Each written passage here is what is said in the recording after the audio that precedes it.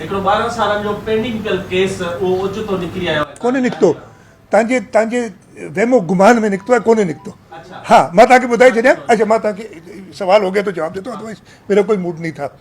ओ भाई, एक काम करो, काजी फैज़ ईसा की सरबराही में 7 मेंबर बेंच बैठी थी और उन्होंने 62(1)(f जो है ना सारा मामला, उसके ऊपर एक डिटेल्ड फैसला दे दिया है। अगर उस फैसले के खिलाफ कोई बड़ी बेंच फैसला करती है, अगर तो मैं कहता हूँ इस वक्त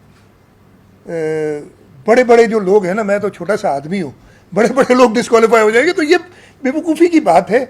हुआ क्या है मैं आपको बताता हूँ, हुआ क्या है।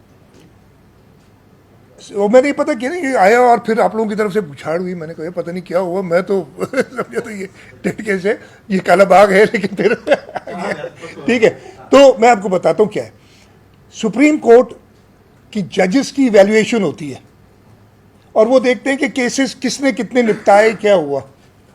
तो ये केस कॉन्स्टिट्यूशनल बेंच में जाना है, इसलिए कॉन्स्टिट्यूशनल का रिव्यू है। मैं केस जीत चुका हूँ, ट्रिब्यूनल क्या होता है ये, पहले आरओ के उससे, इलेक्शन ट्राइब्यूनल से, हाई कोर्ट से, सुप्रीम कोर्ट से, उसकी रिव्यू में गए हुए। और रिव्यू 2018 का केस है यार, 2025 चल रही है मेरे भाई। तो वो रिव्यू पड़ा हुआ है, उन्होंने किसी ने दी, लेकिन उन्होंने वो केसेस इधर उधर करने ना, तो वो कॉन्स्टिट्यूशनल बेंच में गया तो उन्होंने एक हाथ लगा दिया।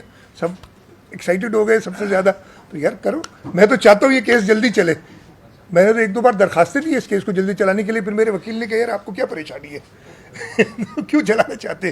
तो इसलिए, और मैं भी फिर चलेगा तो वकील को पैसे देने पड़ेंगे, और मेरे बस यही मेरी परेशानी है।